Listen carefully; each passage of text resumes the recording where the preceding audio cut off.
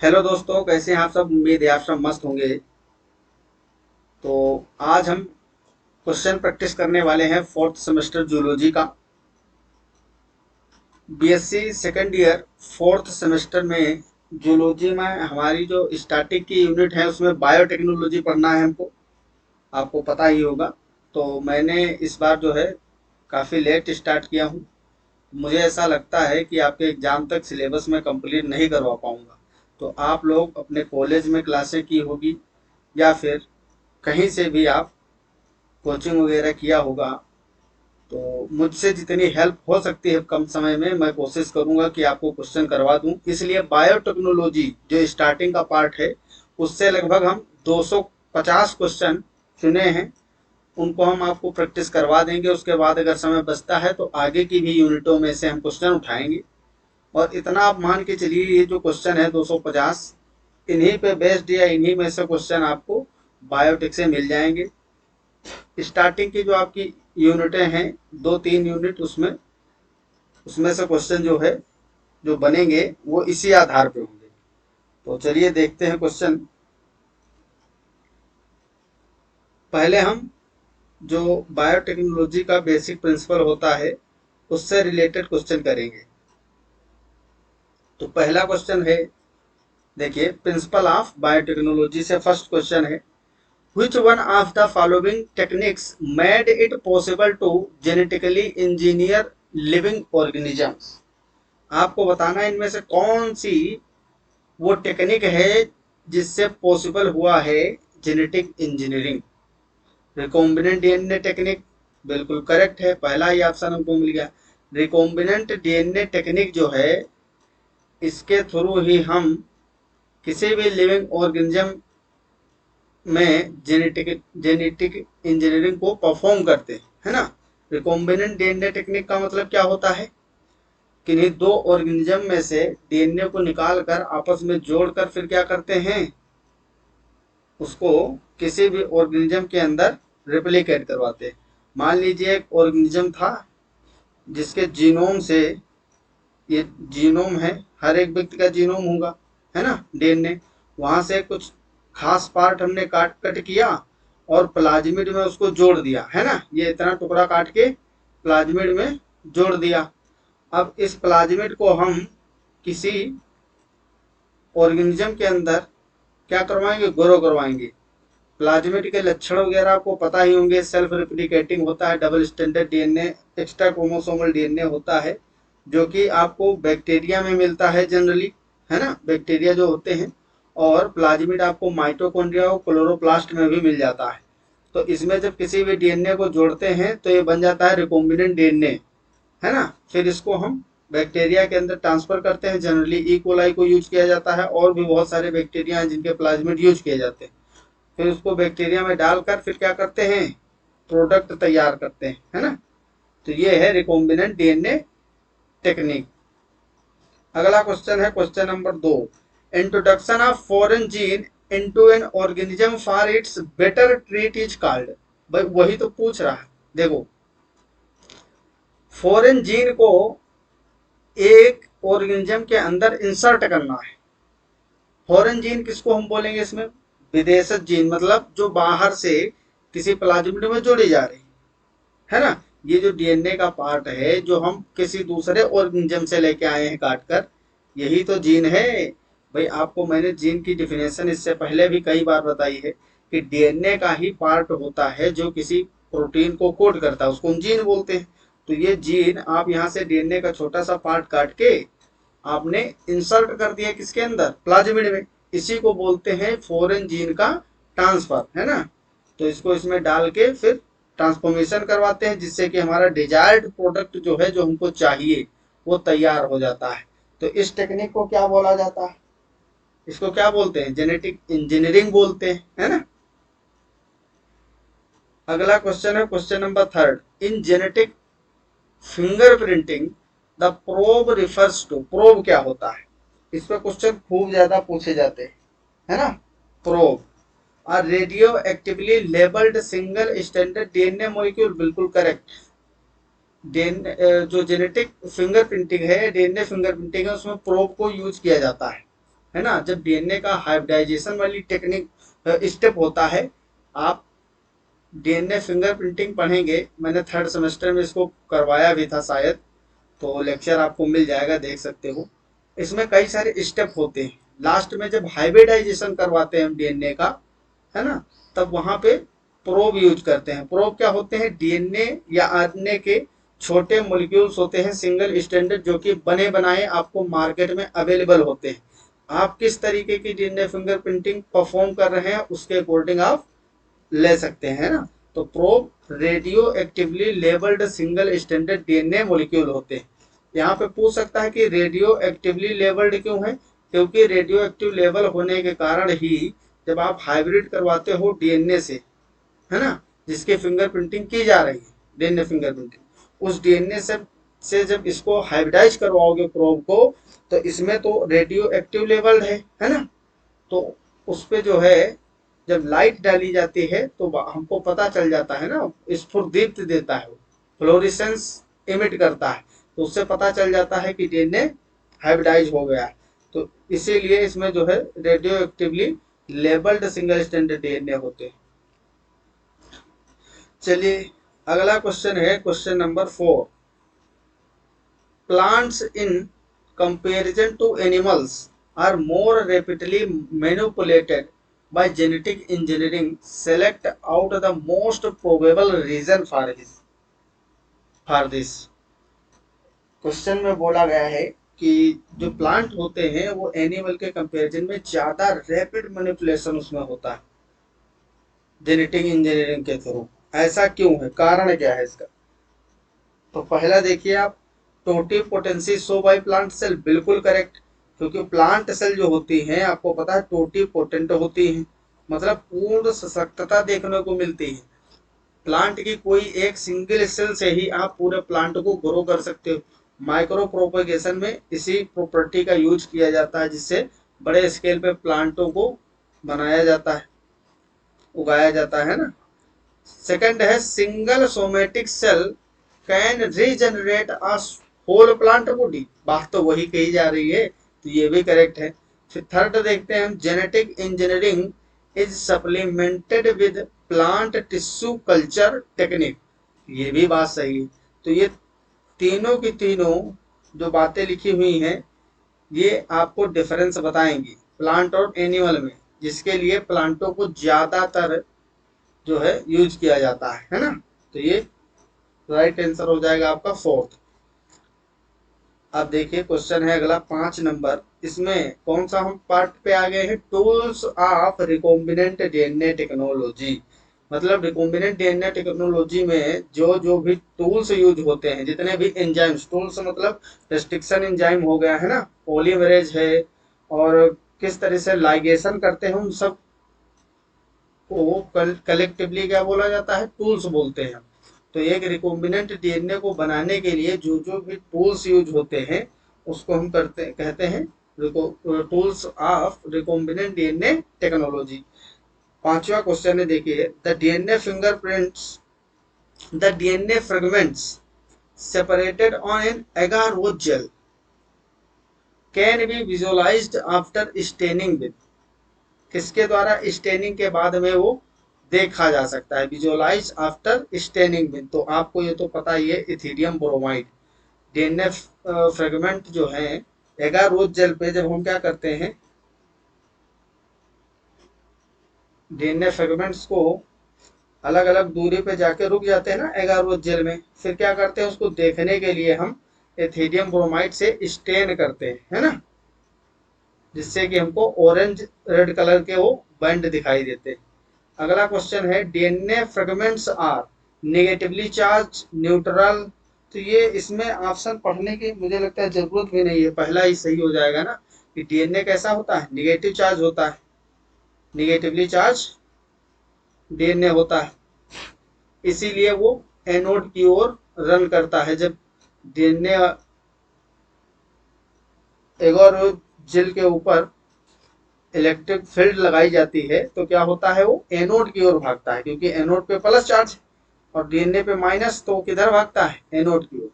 अगला क्वेश्चन है, a gene whose expression helps to identify transformed cell is known as. क्या बोलोगे? कोई एक जीन है जो एक्सप्रेस करते हैं, एक्सप्रेस करने का मतलब अपने आप को व्यक्त कर रही है, मतलब जिस आधार का उसके अंदर जेनेटिक कोड है उसी के अनुसार वो कोई प्रोटीन को बना रही है। जीन का एक्सप्रेस होना मतलब प्रोडक्ट बनना, है ना। और वो जो प्रोडक्ट बन रहा है वो हेल्प कर रहा है सेल के ट्रांसफॉर्म्ड होने में, है ना। ये बता रहा है कि सेल जो है वो ट्रांसफॉर्म्ड है। ट्रांसफॉर्म्ड मतलब उसमें कोई बाहरी डीएनए को प्रवेश मिल गया है। जो आपने बाह्य डीएनए या फॉरेन डीएनए को इंसर्ट करवाया है वो काम हो चुका है। तो इस प्रकार की जो सेल होगी उसको हम क्या बोलते हैं? उसको सेलेक्टेबल मार्कर बोलते हैं, है ना। फिर से पढ़िए question. A gene whose expression help to identify transformed cell is known as selectable marker। इसको हम क्या बोलेंगे? सेलेक्टेबल मार्कर, है ना। जो चीख चीख के बताते हैं, बताने का काम करते हैं कि ये जो सेल है ये ट्रांसफॉर्म्ड हो चुकी है, मतलब इसमें जो फॉरेन डीएनए है वो इंसर्ट किया जा चुका है। अगला question, question number 8। What is the criteria for DNA fragments movement on agarose gel during gel electrophoresis। Gel electrophoresis में क्या होता है? ये मैंने लेक्चर जेल इलेक्ट्रोफोरेसिस पे ऑलरेडी ले रखा है, 3rd सेमेस्टर का है, उसको आप लोग देख लेना। यहाँ भी 4th सेमेस्टर में क्वेश्चन आ सकते हैं इससे। इसमें क्या होता है? एगारोज जेल भरते हैं, एक मशीन होती है ना जेल इलेक्ट्रोफोरेसिस परफॉर्म करने के लिए एक डिवाइस होती है, मशीन, जिसमें हम एगारोज जेल को फिल करते हैं। आपसे पूछा जा सकता है एगारोज जेल है क्या? तो आपको याद रखना है जो सीवीड्स होती हैं, मतलब जो लाल शैवाल होते हैं, जैसे जिलेडियम ग्लेसिलेरिया वगैरह हो गए, इनसे अगार अगार प्राप्त होता है, उसी को संसाधित करते हैं और बोलते हैं, क्या बोलते हैं? अगारोज जेल। इसको फिल किया जाता है उस मशीन में। फिर जिस भी डीएनए के को पहचानना होता है ना, कई सारे फ्रेगमेंट होंगे डीएनए को, उसको हम उसमें एक दूसरा खांचा होता है जिसमें फिल कर देते हैं उसी मशीन में। फिर इलेक्ट्रिक फील्ड लगाई जाती है, उसके आधार पे जो डीएनए निगेटिवली चार्ज है वो एनोड की ओर भागता है और अपने साइज के अनुसार डीएनए के अलग अलग बैंड बन जाते हैं, है ना। उस बैंड के आधार पर हम उसको आइडेंटिफाई करते हैं। तो वही पूछा गया है, what is the criteria for DNA fragments move on agarose gel during gel electrophoresis. पहला ऑप्शन है the smaller the fragment size the further it moves. Second है positively charged fragments move to further end. नहीं, positively charge तो होता ही नहीं है DNA fragment. Negatively charge fragment do not move, गलत। नेगेटिवली चार्ज ही तो होता है डीएनए और मूव भी करता है, तो डू नॉट मूव यहाँ पे गलती हो गई। The larger the fragment size the faster is range, तो ये भी गलत है। देखिए पहला सही, the smaller the fragment size the further it moves. जितना छोटा होगा डीएनए का फ्रेगमेंट उतनी ही ज्यादा दूर तक वो जाएगा। ये तो आपको पता ही होगा ना, जो इलेक्ट्रिक फील्ड समान रूप से अप्लाई किया गया है, तो जो हल्का पार्टिकल होगा, स्मॉलर होगा सेगमेंट डीएनए का फ्रेगमेंट, तो वो ज्यादा दूर तक रन करेगा, है ना, मूव करेगा। तो पहला इसका ऑप्शन करेक्ट हो जाएगा। अगला क्वेश्चन है क्वेश्चन नंबर 9। असर्शन और रीजन वाला एक क्वेश्चन करवा दे रहा हूँ। ये अच्छा क्वेश्चन है। असर्शन है मतलब कथन कह रहा है, restriction enzymes cut the stand of DNA to produce sticky end. बिल्कुल करेक्ट बात है भाई। रेस्ट्रिक्शन एंजाइम्स का काम क्या है? डीएनए के स्टैंड को कट करते हैं और स्टिकी एंड को प्रोड्यूस करते हैं। फिर रीजन बोला गया है, stickiness of the ends facilitates the action of the enzyme DNA polymerase. ये बात जो है कुछ नहीं हजम हो रही है ना, ये बात सही नहीं है। स्टिकीनेस जो होती है एंड की, वो आपस में लाइगेशन के लिए फिर से जुड़ने में मदद करती है, ना कि डीएनए पॉलीमरेज एंजाइम को हेल्प करती है ना। तो ये बात गलत हो गई। असर्शन सही है, और रीजन आपका गलत हो गया। तो ऑप्शन देखिए, पहला तो वही है, both assertion reason are correct, और assertion is reason is correct explanation of assertion, तो ये तो हो नहीं सकता है। सेकंड भी नहीं होगा, थर्ड वाला होगा आपका, assertion is true but reason is false, है ना। तो इस टाइप के क्वेश्चन भी आप प्रैक्टिस करिएगा, और इस तरीके का क्वेश्चन अगर आपसे हो जाते हैं आराम से, फिर कोई दिक्कत नहीं है, आप आराम से क्वेश्चन पेपर को कर ले जाएंगे, है ना। देखिए क्वेश्चन अगला है, question number 10, recombinant DNA is achieved by cutting a piece of DNA from plasmid by, किसके द्वारा काटोगी, तो रेस्ट्रिक्शन एंडोन्यूक्लियस। बताया था ना भाई, रिकॉम्बिनेंट डीएनए को बनाने के लिए क्या करना पड़ता है, पहले जो जीनोम है उसको कट लगाते हैं किसी जीन को, और जिस रेस्ट्रिक्शन एंडोन्यूक्लियस से डीएनए को काटा जाएगा, उसी रेस्ट्रिक्शन एंडोन्यूक्लियस से प्लाज्मिड को भी काटा जाएगा, ताकि दोनों में स्टिकी एंड एक जैसे बने और आराम से लाइगेज एंजाइम को जोड़ सके, है ना। तो रिकॉम्बिनेंट डीएनए बनाने के लिए क्या बोला है, recombinant DNA is achieve by cutting a piece of DNA from plasmid by restriction endonuclease, है ना। रेस्ट्रिक्शन एंडोन्यूक्लियस जो होता है उसके थ्रू हम ये काम करते हैं। अगला क्वेश्चन है 11, the genetic material of M13 बैक्टीरियोफाजिज, M13 bacteriophage का जेनेटिक मटेरियल पूछा गया, सॉरी। तो इसमें डबल क्या होता है, सिंगल स्टैंडर्ड डीएनए होता है। M13 बैक्टीरियोफाज जो वायरस होता है, इसमें सिंगल स्टैंडर्ड डीएनए मॉलिक्यूल होता है, जेनेटिक मटेरियल का काम करता है। अगला क्वेश्चन है, which one of the following enzymes cuts the DNA with in the specific position, क्या बोलोगे उसको, स्पेसिफिक पोजीशन पे अगर कट मार रहा है तो उसको हम क्या बोलते हैं, रिस्ट्रिक्शन एंडोन्यूक्लियस। इस पे कई प्रकार से घूम घूम के क्वेश्चन आते ही रहते हैं, और इस बार भी पक्का आएगा, ये आप समझ लीजिए, है ना। ये जो है आपका रेस्ट्रिक्शन एंडोन्यूक्लियस, ये स्टार मार्क कर लीजिए, हर बार क्वेश्चन इस पे तो आता ही है।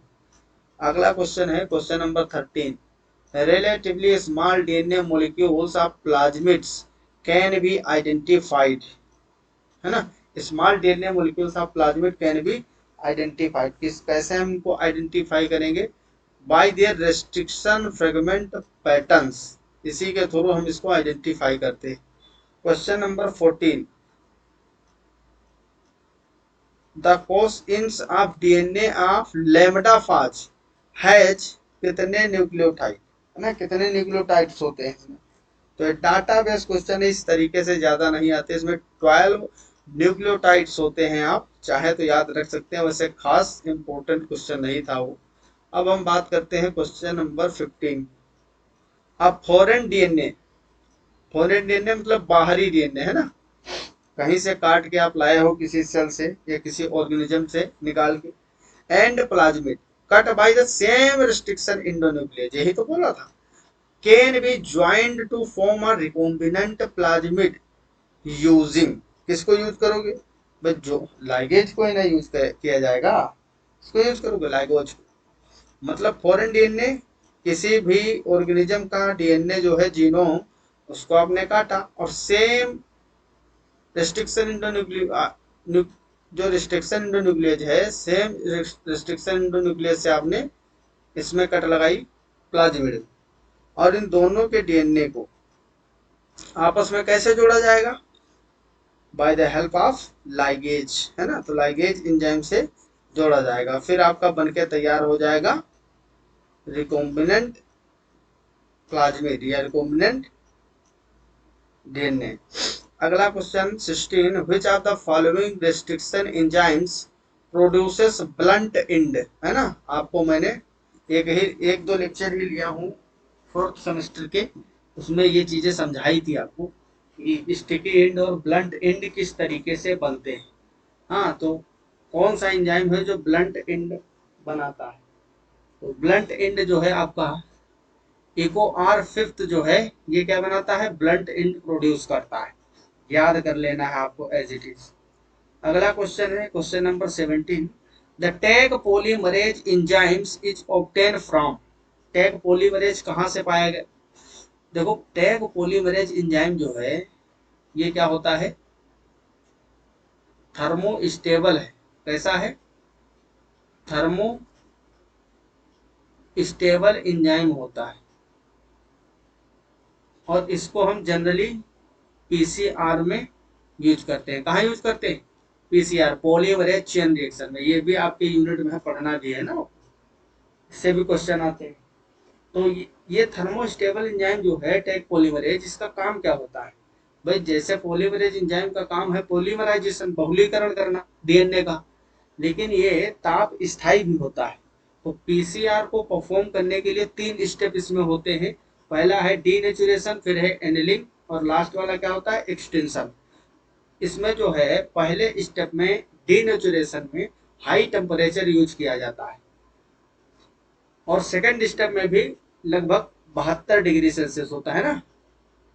और फर्स्ट स्टेप जो है डीनेचुरेशन, उसमें 95 to 96 degree Celsius temperature use करते हैं। तो इतने टेम्परेचर पे जो नॉर्मल एंजाइम होते हैं हमारे बॉडी वाले, वो तो जानते ही हो आप, 37 डिग्री सेल्सियस पे ही मैक्सिमम इफिशियंसी होती है उनकी। उसके बाद क्या हो जाते हैं, वो डीनेचर कर जाते हैं, काम ही नहीं करेंगे। तो 72 डिग्री सेल्सियस, 95 डिग्री सेल्सियस पे काम करने के लिए ऐसे एंजाइम आपके पास होने चाहिए जो थर्मोस्टेबल हो, मतलब ताप स्थायी हो। तो इसीलिए ये जो टैग पॉलीमरेज एंजाइम है, ये जो झरने, गर्म झरनों में बैक्टीरिया पाए जाते हैं, आपने पढ़ा होगा कि जो आद्य बैक्टीरिया होते हैं, कई सारे ऐसे सूक्ष्म जीव हैं जो विपरीत परिस्थितियों में, अनफेवरेबल कंडीशन में भी सरवाइव कर जाते हैं। जैसे गर्म झरने हो गए हैं ना, बहुत ज्यादा लवड़ी झीलें जो होती उनमें भी वो रह लेते हैं ना, ज्यादा साल्टी एरिया है, हेलोफी एरिया, तो उसमें भी ग्रो कर जाते हैं। तो यही जो टैग पॉलीमरेज एंजाइम है, ये थर्मस एक्वेटिकस एक बैक्टीरिया होता है जो कि थर्मो स्टेबल बैक्टीरिया है, इसी के अंदर से ये निकाला गया एंजाइम है जिसको हम पीसीआर में यूज करते हैं। अगला question, question number 18, which of the following is a restriction endonucleases. इसमें से कौन रेस्ट्रिक्शन इंडोन्यूक्लियेज है, तो भैया आपको पता है ये हिंड सेकंड जो होता है वो क्या है, रेस्ट्रिक्शन इंडोन्यूक्लियेज है। Question number 19, which of the following is not a feature of the plasmid. Plasmid का फीचर कौन सा नहीं है, तो ये काफी आसान क्वेश्चन है, मुझे तो लग रहा है इसको आप सब लोग कर लोगे। ट्रांसफरेबल होते हैं, बिल्कुल। सिंगल स्टैंडर्ड, गलत हो गया। डबल स्टैंडर्ड होते हैं ना। इंडिपेंडेंट रिप्लिकेशन हो जाता है। सर्कुलर स्ट्रक्चर होता है, बिल्कुल सही। बी वाला इसमें गलत हो जाएगा ना, और यही आपका सही आंसर, क्योंकि यही तो पूछा है, not a feature of the plasmid. ये याद रखना है, नॉट पूछा है या करेक्ट पूछा है, इनकरेक्ट पूछा है, इसको तो आपको ध्यान में रखना पड़ेगा। चलिए अगले क्वेश्चन की बात करते हैं, क्वेश्चन नंबर 20 की। Match the items in column first with their uses in column second and choose the right option। देखिए आपको डिजीज दिए गए हैं और उसके आधार पर क्या सही है पूछा गया है। पहला है एलाइजा, तो ये तो पहला ही सही हो जाएगा, इसमें ए का फर्स्ट टीम मैच करेगा। एंटीजन एंटीबॉडी इंटरेक्शन इसका बेसिस होता है ना। आपसे पूछा जाता है कि एलाइजा जो होता है, जो कि एक टेस्ट है, एड्स से पीड़ित लोगों में यही टेस्ट किया जाता है एलाइजा। ये किस आधार पर परफॉर्म किया जाता है ना, इसकी बेसिस क्या है, ये एंटीजन और एंटीबॉडी इंटरेक्शन के आधार पर काम करता है ना। पीसीआर पूछ रहा है, पीसीआर तो ये जीन एम्पलीफिकेशन का काम करता है, ये भी बी जो है सेकंड से मैच कर। बायोलिस्टिक और micro injection, direct introduction of recombinant DNA, ये हो गया आपका माइक्रो इंजेक्शन। और गोल्ड कोटेड डीएनए जो होता है, ये बायोलिस्टिक या जीन गन में यूज किया जाता है ना। तो बहुत आसान थे, मिल गए आपसे। पहले में, पहले का फर्स्ट, ए का फर्स्ट, ए का फर्स्ट दो में आपको दिख रहा है ना। फिर देखिए बी का सेकंड, तो बी का सेकंड लास्ट वाले में ही है सिर्फ, है ना, मिल गया आपको आंसर। ए का फर्स्ट, बी का सेकंड, सी का फोर और डी का थर्ड। तो इस तरीके से आप मैच द फॉलोइंग अगर क्वेश्चन आते हैं तो उनको भी आप आराम से कर सकते हो। अगला देखिए, match the items in column first with their uses in column second and choose the right option. Bacillus thuringiensis, आपको पता है बीटी कपास के बारे में आप पढ़े होंगे, बहुत सारी बीटी फसलें होती है ना, बीटी क्रॉप। बीटी मतलब बैसिलस thuringiensis, जो कि एक टॉक्सिन होता है ना, बैक्टीरियल टॉक्सिन। इसको कहाँ मैच करोगे आप, तो ये इंसेक्टिसाइडल प्रोटीन बनाता है ना, थर्ड नंबर वाला, तो ये ए का हो गया आपका थर्ड। फिर एग्रोबैक्टीरियम ट्यूमेफेसियंस, तो इसमें टीआई प्लाज्मिड पाया जाता है, ये जो है फोर्थ वाला टीआई प्लाज्मिड, मतलब बी का क्या हो गया, फोर्थ हो गया। फिर है थर्मस एक्वेटिकस, तो इसमें थर्मो स्टेबल डीएनए पॉलीमरेज होता है, अभी बताया। सी का हो गया सेकंड। अब हम बात करते हैं इसके कोलाई, तो इसमें सिंपल रिस्ट्रिक्शन इंडोन्यूक्लियस को हम जोड़ देंगे, हो गया फर्स्ट। तो इस तरीके से आप कम समय में आराम से इसको मैच कर सकते हैं। चलिए अगले क्वेश्चन की ओर हम बढ़ते हैं। क्वेश्चन नंबर 22,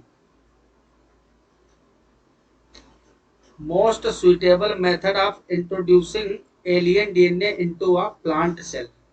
किसी एक प्लांट सेल में बाह्य डीएनए को कैसे आप इंट्रोड्यूस करोगे, ये मेथड है, बहुत इंपॉर्टेंट है। इस पे ये तुम्हारे सिलेबस का सब पार्ट है ना, ये क्वेश्चन इंपॉर्टेंट इस पे आएंगे। सारी टेक्निक दी हुई है आपके सिलेबस में। जो रिकॉम्बिनेंट डीएनए बन जाता है उसके बाद में उनको सेल के अंदर कैसे ट्रांसफर करते हैं, एनिमल सेल में और प्लांट सेल में अलग अलग मेथड यूज की जाती है, उन सब पे क्वेश्चन पूछा जाएगा। तो यहाँ पे पूछा गया है most suitable method of introducing alien DNA into a plant cell. प्लांटों के लिए कौन सा हम प्रोसेस यूज करते हैं उसके बारे में पूछा गया है। तो प्लांटों के लिए हम बायोलिस्टिक का यूज करते हैं, जिसका दूसरा नाम होता है जीन गन। क्या होता है, जीन गन। इसको थोड़ा सा मैं आपको समझा देता हूँ। यहाँ पे देखो, सबसे पहले आप क्या करते हो, एक जीनोम है जिससे आपने डीएनए को कट किया, और एक प्लाज्मिड लिया, है ना, ये जीन को कट किया, ये क्या है, जीन। इसको जीन को कट किया और कहाँ इंट्रोड्यूस किया, प्लाज्मिड में। प्लाज्मिड का छोटा सा हिस्सा काट के वहां पे इस जीन को इंसर्ट किया। अब ये आपका क्या बन गया, रिकॉम्बिनेंट डीएनए बन गया ना। ये इतना जीन जो है अपने बाहर चल गया, अब ये रिकॉम्बिनेंट डीएनए बन गया, जिसको हम आर डीएनए भी बोल देते हैं। अब ये जो बन गया है इसको आपको किसी सेल में डालना होगा, तभी तो एक प्रोडक्ट तैयार करेगा, क्योंकि सेल्फ रिप्लिकेटिंग तो होता है प्लाज्मिड, लेकिन बाहर सेल के बाहर तो कर नहीं सकता, इसको मीडियम चाहिए ना जहाँ ग्रो करेगा। तो आप किसी प्लांट के अंदर, प्लांट सेल में इसको, इस प्लाज्मिड को इंट्रोड्यूस करना चाहते हैं, तो कैसे करोगे। अब मान लीजिए ये है प्लांट सेल, है ना, और उसके ऊपर सेल वाल भी होगी, सेल मेम्ब्रेन फिर सेल वाल, ये प्लांट सेल है, इसमें इंट्रोड्यूस करना है। तो बायोलिस्टिक एक जीन गन मशीन होती है ना, जैसे गन नहीं होता है उसी तरीके से कुछ ये होता है, इस तरीके से, है ना, और इसमें बिल्कुल बंदूक के जैसा ही होता है। और इससे क्या करते हैं, हम फायर करते हैं। ये जो प्लाज्मिड है आपका या रिकॉम्बिनेंट डीएनए जो होता है, इसके ऊपर गोल्ड या टंगस्टन से क्या करते हैं, कोटिंग करते हैं। मतलब इसके रिकॉम्बिनेंट डीएनए के ऊपर गोल्ड या टंगस्टन की परत चढ़ाई जाती है। फिर उसको हम क्या करते हैं, बहुत तेज गति से दागते हैं इसके ऊपर, है ना, बम्बार्डमेंट करते हैं इस मशीन से, जिससे कि वो गोल्ड फॉइल के साथ में डीएनए जो है, रिकॉम्बिनेंट डीएनए, ये अंदर चले जाते हैं। ये जो रिकॉम्बिनेंट डीएनए प्लाज्मिड है, इसके ऊपर गोल्ड या टंगस्टन की क्या करते हैं, कोटिंग, फिर मशीन में भर के क्या करते हैं, इसके अंदर पहुंचाते हैं। इसको बोला जाता है मेथड को बायोलिस्टिक या जीन गन बोला जाता है। क्या बोलते हैं, gene gun, gene gun method, है ना। और जनरली ये प्लांट के लिए ही यूज होती है, ये आपको याद रखना है। अब हम बात करते हैं question number 23, which one of the following statement is not correct about a plasmid। एक प्लाज्मिड से संबंधित कौन सा इसमें से करेक्ट गलत लिखा हुआ है। तो आपको प्लाज्मिड पे क्वेश्चन देखने को मिल सकता है। It has the ability of autonomous replication, बिल्कुल स्वयं ये रिप्लिकेट कर सकता है। इट्स ए सर्कुलर डीएनए, बिल्कुल सही। Its DNA is a long as chromosomal DNA, गलत।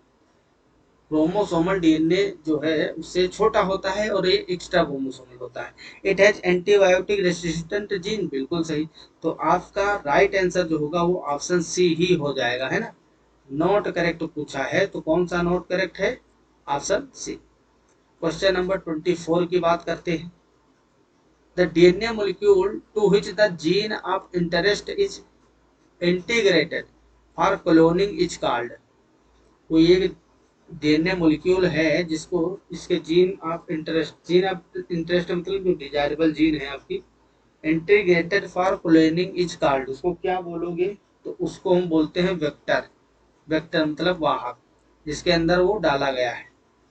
Question number 25, the cutting of DNA at specific location become possible with the discovery of, किसकी डिस्कवरी के बाद? Restriction enzyme. जब हम रिस्ट्रिक्शन एंजाइम को खोजे हैं उसके बाद ही तो कटिंग चालू हुई है ना। एक स्पेसिफिक साइड पे उसको हम कट करना तभी तो सीख पाए जब रिस्ट्रिक्शन एंजाइम का डिस्कवरी हुआ। चलिए अब हम बात करते हैं क्वेश्चन नंबर 26 की, plasmid vector in DNA recombinant technology means, इसका मतलब क्या होता है? Plasmid vector in recombinant DNA technology means a virus that transfer gene to bacteria, नहीं। Extra chromosomal autonomously replicating circular DNA, बिल्कुल करेक्ट। प्लाज्मिड के बारे में पूछा ना, प्लाज्मिड वेक्टर, तो ये वही लक्षण लिखे हुए हैं, आपको समझ में आ ही गया होगा। अगला क्वेश्चन की हम बात करते हैं, question number 27, which organism is used to transfer T DNA, कौन सा इसमें ऑर्गेनिज्म है जो टी डीएनए को ट्रांसफर कर सकता है? ये बताना है आपको। बैक्टीरिया जो है इन पे क्वेश्चन आ जाता है, आपको याद रखना है। यहाँ पे टी डीएनए कहो या टीआई प्लाज्मिड बोलते हैं, टी डीएनए या टीआई प्लाज्मिड बोला जाता है ना, टी डीएनए या टीआई प्लाज्मिड। तो इसके लिए एग्रोबैक्टीरियम ट्यूबिफेसियंस यूज किया जाता है।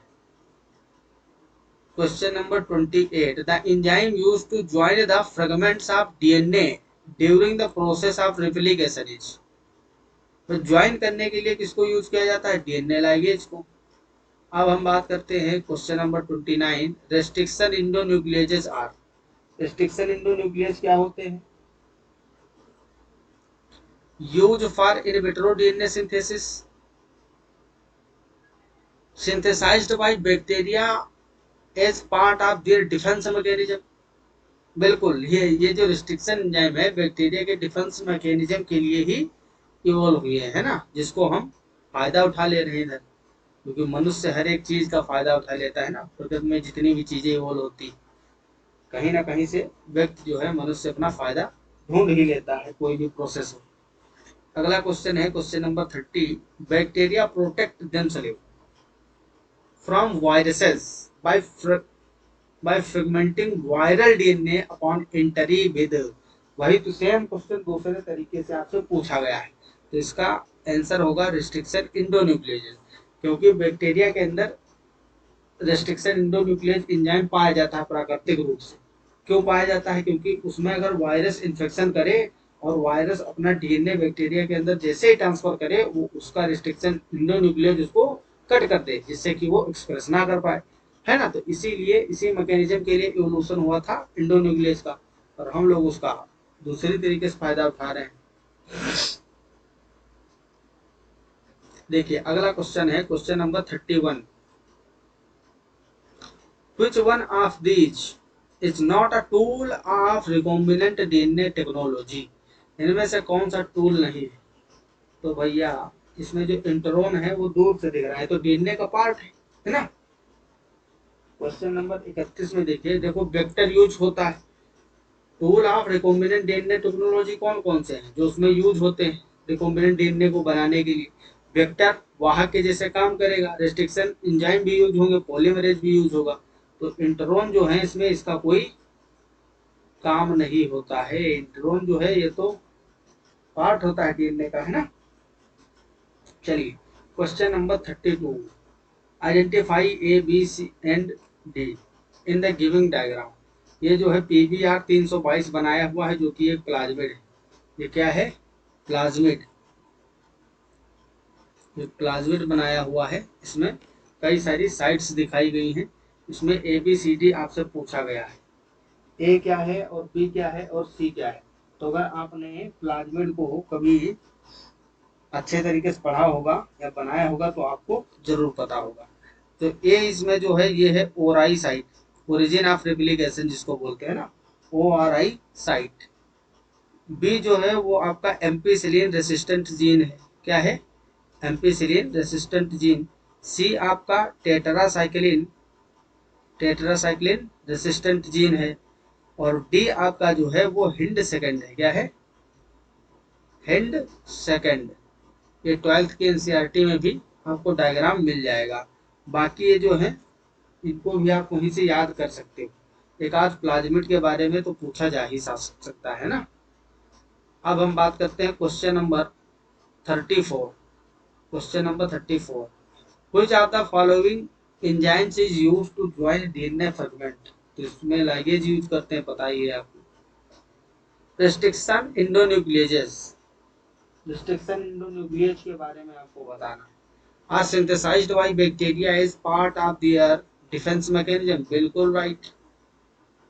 अगला क्वेश्चन देखिए, Hind second cuts DNA molecule at a specific point by recognizing a specific sequence of। कितने बेस पेयर का सीक्वेंस होता है जहां पे कट मारता है? तो 6 बेस पेयर का होता है ना। 6 बेस पेयर का एक सीक्वेंस होता है, स्पेसिफिक सीक्वेंस, जहां पे हिंड सेकंड कट लगाता है। Question number 37 select the wrong statement. इनमें से कौन सा स्टेटमेंट रोंग है? इसमें जो है आप बेस पेयर को लिख भी सकते हो। जो 6 बेस पेयर जहां पे हिंड सेकंड कट लगाता है उसको क्या बोलते हैं? उसको हम बोलते हैं, हिंड सेकंड का जो कटने का क्रम, GTCGAC,